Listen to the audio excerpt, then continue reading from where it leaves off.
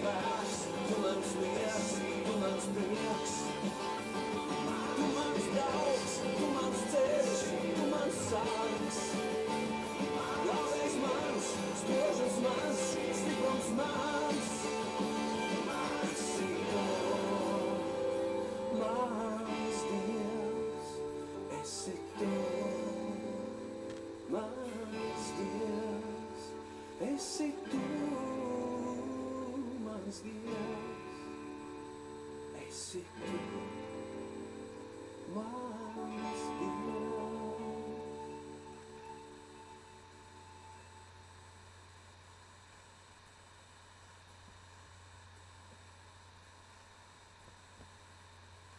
Tiešām, mīļie debes Tavs, mēs nākam Tavā priekšā un tiešām pasakamies arī par šo vakaru, kuru Tu mums esi devis, kungs, tiešām nāc mūsu vidū, kungs, ar Tavu svēto garu, tiešām, kungs, svētī šo vakaru, kungs, tiešām svētī ikviena klausītāja, kungs, kas klausīsies Tavu vārdu, Dievs, tiešām svētī, kungs, apgaismo katru Tavu bērnu, kungs, tiešām svētī mūs, vadi mūs visā patiesībā, visā gudrībā, kungs, lai mēs tiešām meklējam Tevi pāri par visu, lai mēs tiešām noliekam visas savas problēmas, visas savas raizes, visas savas nastas pie Tevis, lai mēs nelūkojamies uz savām problēmām, uz grūtībām, bet lai mēs tiešām raugamies uz Tevi.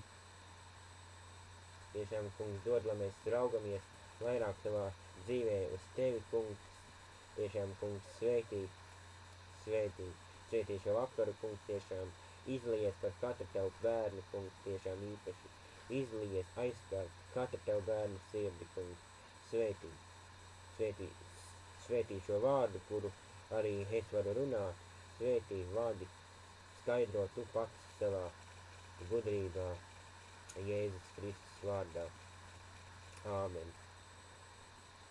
Saku visiem labvakar šajā vakarā un nolasīšu arī no Pāvela 2. vēstule korintiešiem no 1. nodaļas, no 1. līdz 7. pantam. Pāvela 2. vēstule korintiešiem, 1. nodaļa, no 3. līdz 7. pantam. Slavēts, lai ir mūsu Kunga Jēzus Kristus Dievs un Tēvs, žēlstības Tēvs un iepriecināšanas Dievs, kas mūs iepriecina visās mūsu bēdās, ka mēs tos, kam ir kādas bēdas, varam iepriecināt ar to ieprieku, ko paši no Dieva esam saņēmuši. Jo kā Kristus ciešana spēcīgi nāk par mums, tāpat spēcīgi darbojas mūsu ieprieca caur Kristu. Kad mums ir bēdas, tad tās jums par iepriecināšanu un pestīšanu. Kad mums ir ieprieca, tad tā jums par iepriecināšanu, kas parādās spēcīga, to pašu ciešanu panešanā, ko arī mēs esam, ko arī mēs nesam. Un mūsu cerība par jums ir stipra, jo mēs zinām, ka jums ir dalība, kā ciešanās, tā arī iepriecā. Āmen.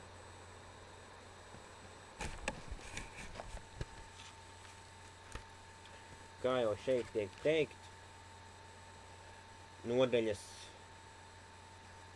tēma Pāvela pateicība pēc ciešanām. Tā kā mēs zinām, ka arī Pāvils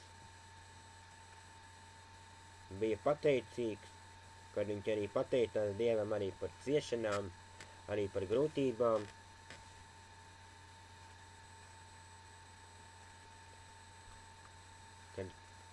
Kā mēs redzam arī no šīs Pāvila dzīves, ka Pāvils tiešām bija pateicīgs par visu.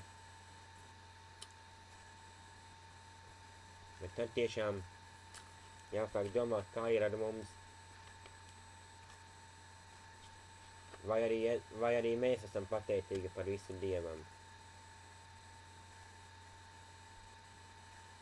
Neviens jau nevēlamies problēmas, neviens jau nevēlamies grūtības, bet pienāk tāda reize, kad uznāk kāda slimība, kādas grūtības, varbūt kādu mīļu cilvēku jāzaudē.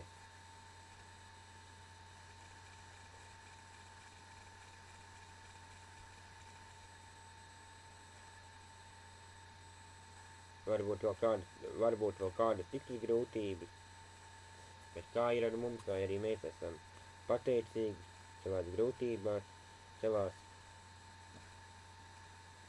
ciešanās.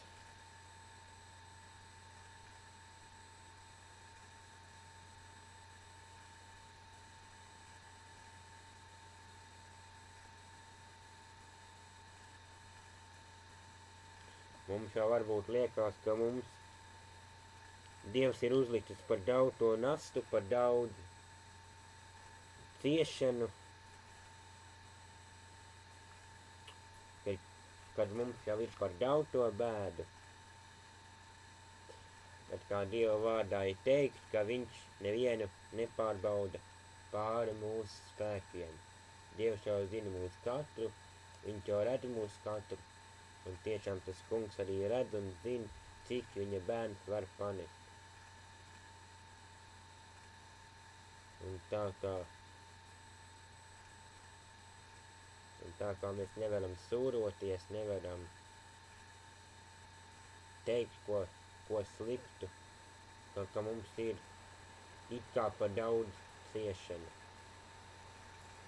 Katram ir tik daudz, cik vajag, lai arī vestu tuvāk pie Dieva, lai Dievs arī caur šīm pārbaudījumiem, caur visām grūtībām, lai viņš varētu tevi un mani un visus mūs kopā vadīt tuvāk viņam.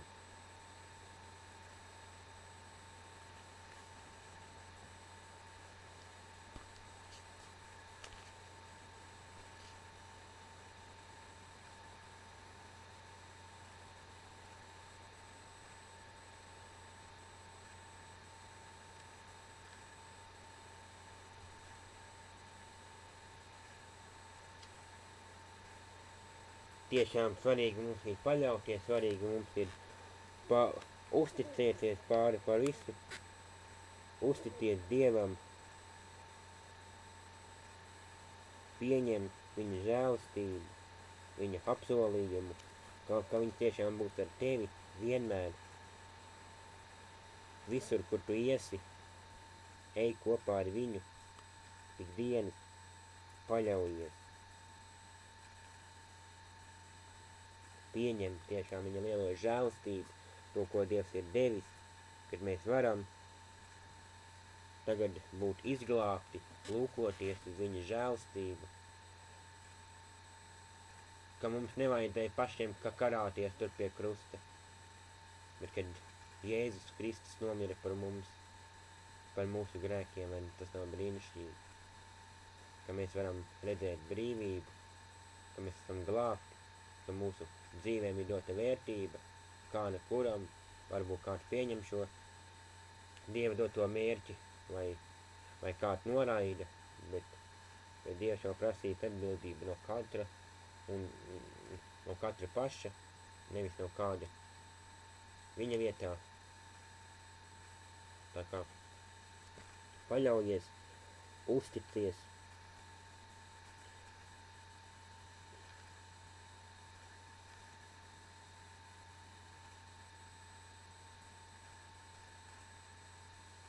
tāpat arī apustuļu darbos tiek teikt par Pāvila ciešanām. Lasiet arī apustuļu darbus, arī tur jūs redzēsiet Pāvila ciešanas. Jo Pāvils tika šaustīts, nomētāts ar akmeņiem un likt arī cietumā. Tiešām, bet mums tā nav. Mūs neviens nešausta, mums nemet akmeņus virsū, mūs neliek cietumā nevienu. Bet Pāvilam bija šādas ciešanas. Tā kā salīdzinoši ar Pāvila ciešanām un arī pāri par visu ar Jēzus Kristus ciešanām pie krusta, Golgātā, tad mūsu ciešanām ir maza vērtība, tā, ja tā var teikt. Varbūt ne vērtība, bet ka tās nav tik lielas salīdzinot, kādas bija jau pirmkārt Jēzum Kristum un arī Pāvilam.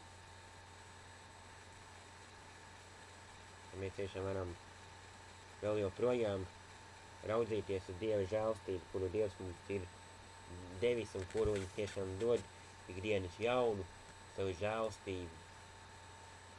Tiešām svarīgi to pieņemt, svarīgi staigāt ir Dieva patiesā ceļā, pa Dieva nosprausto ceļu, lūkoties uz viņa gaismu.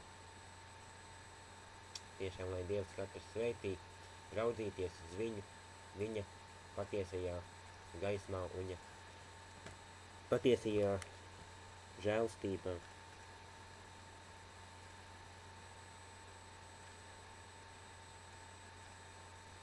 Kā jau mēs zinām, kad arī Pāvils pateicās par ciešanām, un Pāvils bija stiprs savā ticībā, viņš slavēja Dievu un arī pateicās Dievam, vienalga, lai kā būtu, vai būtu labi, vai būtu slikti. Un 5. pants jau dod mums atbildi.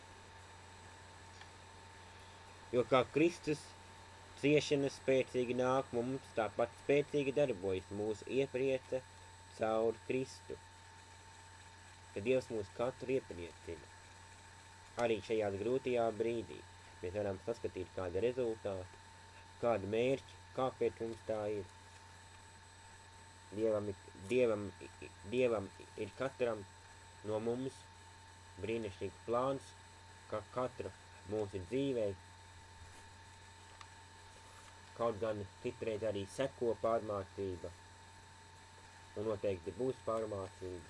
Katra kristieša dzīvē garīgā cīņa arī ir, arī no otras puses, ja mēs tuvojamies Dievam, tad arī ļaunais neguļ, tad nāk virsū ar savām visām domām, kad gribūs novirzīt no pareizā ceļa, tad arī mums ir jācīnās tiešām pāri par visu. Cīnīties ir pastāvēt Dieva patiesībā, Dieva dotajā autoritātei, ka mēs Dieva spēkā visu spēsim.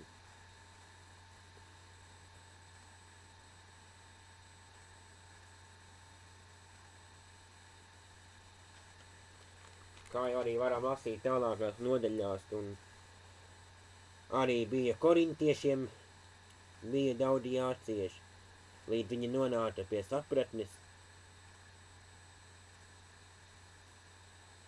jo, kā jau zinām, Korintas draudzē bija šķelšanās, nebija vienotības viņu darbā, arī lepnība tur bija, nepiedevība un daudz kas cits, kas arī šīs šķelšanās izraisīja.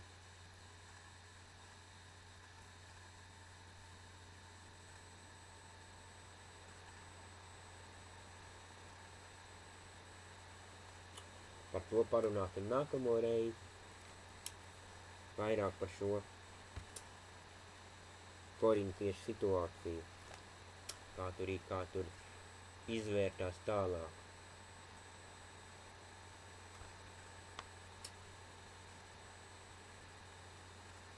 Cerība pastāv arī ciešanu brīdī.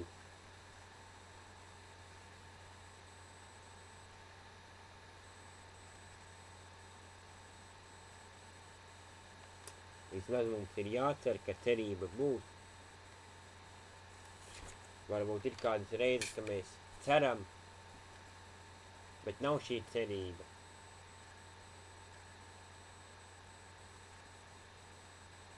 Tu lūdzu, palīdzi man, Dievs, palīdzi man, Dievs, izglāb mani. Un tā nav šī cerība. Bet tiešām,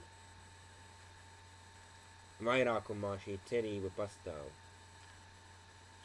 un kuru Dievs tiešām dod saviem bērniem, jau ar to, ka viņš mīra, ka viņš sūtīja savu dēlu, Jēzu Kristu, kas mīra mūsu grēku vietā, ka Dievs deva savu dārgāko dēlu, kas nomira par mūsu grēkiem, kas deva mums cerību.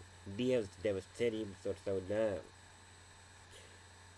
Un tāpēc ciešanas salīdzinoši ar to nav nekas mūsu miesīgās ciešanas. Tas ir salīdzinoši maz, kas mums ir jācieš. Tāpēc mums ir jāatceras,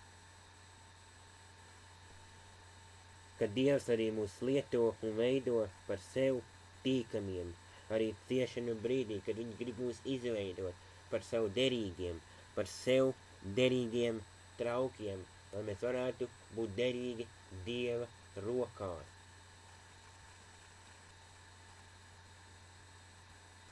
Un tāpēc tev ir jāuzvar un jāpaļaujās Dieva spēkā, ka Dievs tev vadīs visiem ciešanu brīžiem cauri, kā tiek teikt, 23. salmā, cauri nāves un raudu ielejai, cauri grūtām situācijām, viņš tevi vadīs. Svarīgi ir būt uzticīgiem un paļauties, uzticēties visās lietās un paļauties uz šo Dieva žēlastību. Jebkuros apstākļos, paļauties jebkuros apstākļos, nevis tikai, ka man ir labi, šodien man ir labi, viss man šodien ir, arī tā, eju kā es gribu, ko gribu, to dari, ne man Dievu, ne man ko. Jo Dievs visas lietas vērš pa labi, kā tiek teikt, nepat neikšu precīzi panta, bet laikam romiešiem tiek teikt, jo tiem, kas mīl Dievu, visas lietas nāk par labu, lūk. Tā kā Dieva vārds arī saka, jo tiem, kas mīl Dievu, visas lietas nāk par labu. Tātad, ko mums sūroties, ko mums pārdzīvot, jo tiem, kas mīl Dievu, visas lietas nāk par labu. Un kas ir šīs visas lietas? Vai tikai prieks? Arī ciešanas.